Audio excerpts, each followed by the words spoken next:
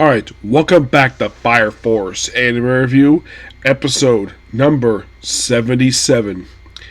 We are here viewing, sadly, this is the 69th episode of the series, known as Dragon and Knight Surge Toward the Heavens. Oh boy, you would not believe how much manga this episode adapts. Thinking, how much of the manga does it adapt? Here's what it adapts.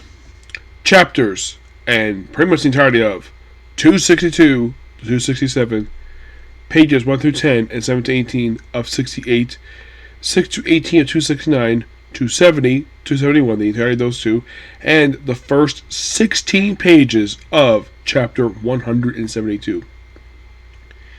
You're like, damn, that's a lot of chapters. It is. It would seem like they adapt like 11, but there was like 3 and like, overall, I think they adapt like, let's see, I think it was like, let's see, 1, 2, 3, 6, 7, 8 chapters. Now,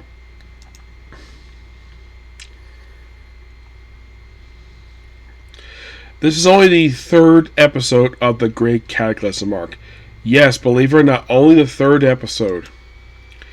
And the episode aired 2 weeks ago, only went from 251 and 253, and part of 252 and 254. And as for last week's episode, it was 255, the first 9 pages of 256, and chapters 278 to 282. So out of the 52 chapters, here's how much is adapted in 3 episodes, fully. 1, 2, 3, 4, 5, 6, 7, 8, 9, 10, 11, 12, 13, 14, 15, 16 chapters. Yeah, 16 full chapters in just 3 episodes. Plus, like, parts of a handful of others. So, still got a little while to go. I'm hoping that there's going to be an episode that covers like a lot of the stuff they skipped. So here's what happens. We see Victor Licht, where he is basically picking what we last saw him last episode, kind of, where all about the world builder stuff, and then we cut to a backstory for Dragon, where apparently they say he's around for about 200 years. Look at this guy, and he basically is in the same fantasy type world as Arthur. What you think of himself as a dragon, where apparently he actually was there for a long time, and he was there like after the first attempted cataclysm. And then of course basically Arthur's there to have his rematch with him. And then they fight in the atmosphere. Well, they fight on the ground. And it's like, ooh, I'm enjoying this. This planet's not big enough both of us. Let's go fight in frickin' space. So he lifts him up, and he flies him straight to the moon. The moon that was also seen in Soul Eater. They get there, Arthur can't breathe. And it's like, oh, you dropped your weapon. You think I'll he goes, walks away. He just takes out a ring, puts on Frodo as the star ring, allows him to breathe in space. Yes, seriously. If I maybe get some force or whatever. And it has an epic clash with Dragon. Dragon, of course, gets some armor, has like a helmet and like some shoulder pads and like some shoulder, like something on arms. It's a big epic clash. They destroy one of the stars that was also seen in Soul Eater. Yeah, they smash those up, and it's a big, massive brawl in space. They go hop around like it's a video game. It is so fun, this episode. It is something that, and the chapters are listed off, you think, oh, this is from a few chapters.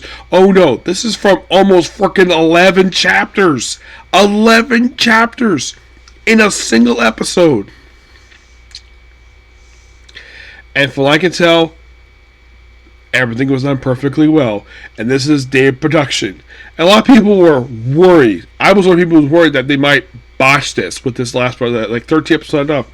But so far, they've been doing a really good job with this particular arc so far. I mean, we're only 3 episodes in, and we're down to like almost close to half the arc so far in just 3 episodes, which is awesome. And then eventually, Arthur beats him by using a move known as Violent Sickle, which proceeds to slice Dragon and the planet Earth in half. I'm like, damn. Which also affects the giant eye above the Tokyo Empire, which we'll get back to that. And then Dragon's like, oh, you beat me. Thank you. Now I can die. And of course, Aaron Desmuth's character. It's just by sheer coincidence that both this show and our show he's in are both ending this year. And their show being Dr. Stone. Yeah, just by sheer coincidence. And, by the way, we only have 4 more to go. And I've heard that Dr. Stone, I don't know if this is really confirmed yet, that it's coming out next month. Dr. Stone part, the final part of that one. That should be really cool. But yeah, and apparently, like, and then we see She-Ra wake up. End of the episode. I'm like, wow, this was so good. Like, this episode was a blast to watch last night. I didn't get a chance to because it got by the time I got a chance to, I would have reviewed it. It was like almost midnight. So I'm like, no, I'll review this morning. But great episode overall. Loved it. And Silly Pup, we only have 4 more to go. And then we have to say goodbye to the series. Like, you think, like, have they adapted, like, a lot of the arcs so far? I would say yes. They're not exactly to the point where they got to, like, last episode, but they're getting there. Like, I'm glad they adapted a lot of the chapters this one, but I was really kind of hoping they would basically have an episode cover the stuff they missed from the first episode of this arc. But maybe that could happen next week. Who knows? We'll find out about that next week. Okay, so that's pretty much a particular video. Please be sure to like, comment, subscribe, turn notifications. Next up, we start our brand spanking new anime, and it's a dub. Okay, next video. Bye.